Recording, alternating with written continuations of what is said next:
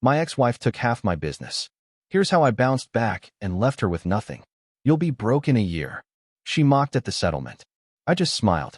6 months later, her lawyer was desperately calling. I, 42M, never thought I'd be writing this story, but here I am, 6 months after the most devastating and ultimately liberating period of my life. What started as the worst betrayal imaginable turned into the sweetest revenge I could have ever orchestrated. My marriage to Sarah lasted 8 years.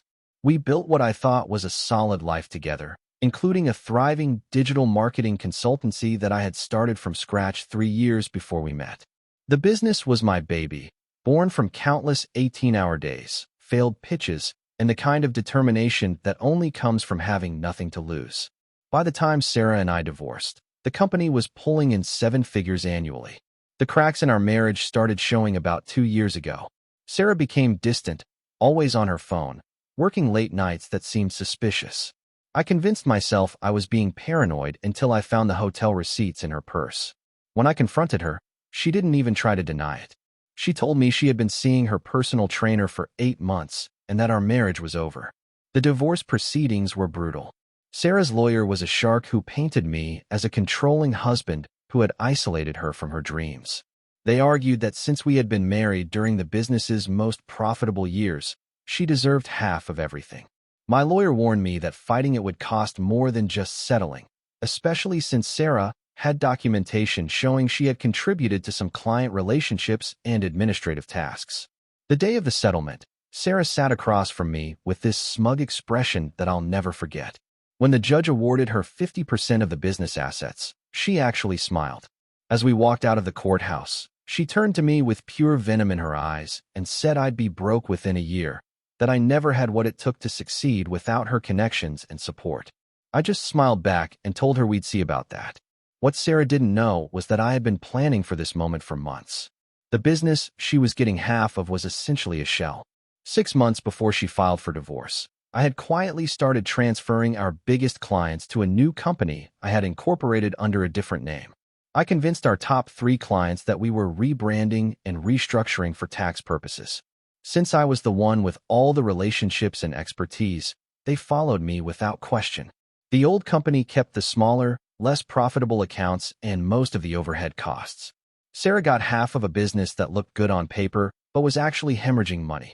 Meanwhile, my new company had locked in contracts worth over $2 million annually with minimal operating expenses. I had also been systematically moving our best employees to the new venture. I offered them better packages and equity stakes, something the old company couldn't match anymore. By the time the divorce was finalized, Sarah owned half of a company with declining revenue, mounting debts, and a skeleton crew of mediocre employees. The first month after the settlement, I watched from a distance as Sarah tried to run her half of the business. She hired an expensive management consultant and tried to win back the clients who had left. She even reached out to me several times, suggesting we could work together to rebuild what we had lost. I politely declined each time, telling her I was taking some time to figure out my next steps. By month 3, the old company was struggling to meet payroll. Sarah had to take out a business loan just to keep the doors open. She started calling me more frequently, her tone shifting from confident to concerned. She wanted to know if I had any leads on new clients or if I could refer some business her way. I told her I was still exploring my options and wished her the best. Month 4 was when things really started falling apart for her. 2 of the remaining clients terminated their contracts, citing poor service and missed deadlines. Sarah had to lay off half the remaining staff. I heard through mutual contacts that she was working 16-hour days trying to salvage what was left. Meanwhile, my new company was thriving. We had expanded our team, moved into a beautiful new office space, and were already being courted by potential investors. The irony wasn't lost on me that I was having the best year of my professional life, while Sarah was watching her half of our former empire crumble.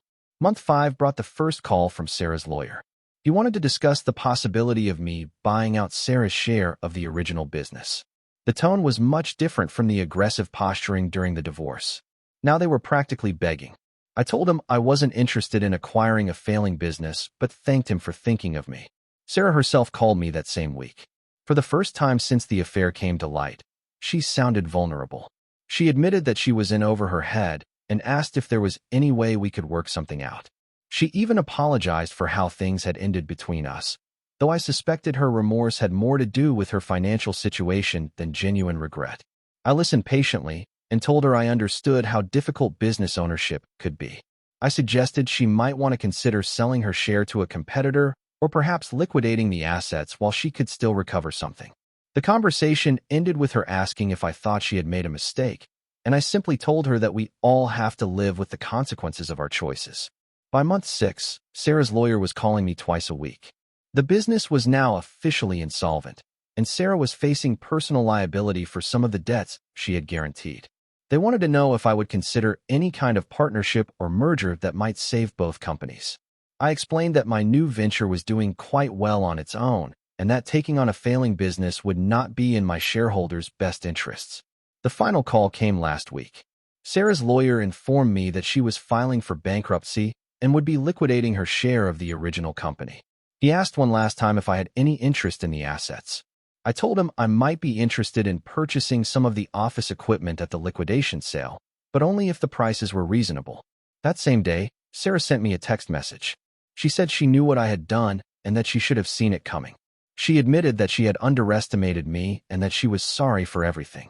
She asked if there was any chance we could start over, not romantically, but as business partners who could help each other succeed. I thought about her message for a long time before responding. Finally, I wrote back that I appreciated her reaching out and that I hoped she would land on her feet. I told her that sometimes the best thing that can happen to us is losing everything we thought we wanted because it forces us to discover what we're really capable of achieving. The truth is, I don't feel the satisfaction I thought I would. Watching Sarah struggle hasn't brought me the joy I expected. Instead, it's shown me how much stronger and more capable I am than I ever realized. The business I built from nothing after our divorce is already more successful than anything we accomplished together. Update 1. 3 weeks after my last post, things took an unexpected turn. Sarah reached out through a mutual friend, asking if we could meet for coffee. Against my better judgment, I agreed. She looked exhausted when she walked into the cafe. The confident woman who had mocked me at the courthouse was gone, replaced by someone who seemed genuinely broken. She thanked me for meeting her and got straight to the point. She knew exactly what I had done with the business restructuring, and she wasn't angry about it anymore. She told me she had spent the last month reflecting on everything that had happened between us. She admitted that the affair was the biggest mistake of her life and that she had been trying to sabotage our marriage because she was scared of how dependent she had become on me. She said watching me succeed after the divorce had made her realize how much she had taken my abilities and work ethic for granted. What surprised me was that she wasn't asking for money or help with her debts. Instead, she wanted to apologize properly and to tell me that she was proud of what I had accomplished. She said she was planning to move back to her hometown to stay with her parents while she figured out her next steps. Before she left, she handed me an envelope. Inside was a handwritten letter and the keys to the BMW we had bought together during our marriage. The letter was a detailed apology that went far beyond what she had said in person. She acknowledged that she had been selfish and destructive, and she thanked me for showing her what real strength and integrity looked like. I haven't decided what to do with the car keys yet. Part of me wants to return them because I don't need anything from her anymore. But another part of me sees them as a symbol of how completely the tables have turned. Update 2. 2 months later, I received a LinkedIn message from Sarah. She had moved back to her hometown and was working as a marketing coordinator for a small nonprofit. Her message was brief but genuine. She thanked me again for the coffee meeting and told me that starting over from nothing had been the best thing that ever happened to her. She said she had learned to live within her means and had discovered a passion for helping others that she never knew she had. She wasn't making much money, but she was happier than she had been in years. She ended the message by saying she hoped I was doing well and that she was grateful for the hard lesson I had taught her about consequences and resilience. I found myself genuinely happy for her. The anger and resentment I had carried for so long had somehow evaporated. I realized that my revenge had been complete not because I had destroyed her financially, but because I had forced both of us to discover who we really were when everything was stripped away. My new company is now valued at over $5 million, and we're in talks with a major firm about a potential acquisition. But more importantly, I've learned that success isn't about what you can take from others or how much you can accumulate. It's about what you can build from nothing and how you handle both victory and defeat. I never responded to Sarah's LinkedIn message, but I didn't block her either. Sometimes the best revenge is simply living well and letting the people who wronged you see exactly what they gave up. In the end, we both got exactly what we deserved.